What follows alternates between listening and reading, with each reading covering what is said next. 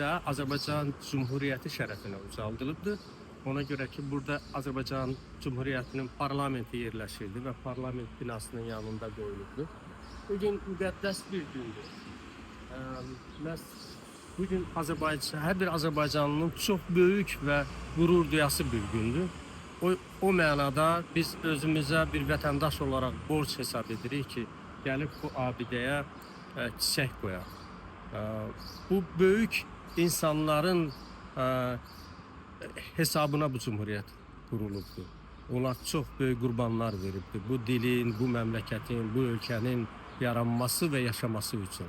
Ona görə hər birimizin yad ediləsi, fəxrlə yad ediləsi insanlardır o insanlar. Mən onları bir daha yad edirəm və rəhmət diləyirəm və hesab edirəm ki, bugün hər bir Azərbaycanlının ən böyük bir günüdür. Təbrik edirəm bugün münasibəti ilə hər birimizi.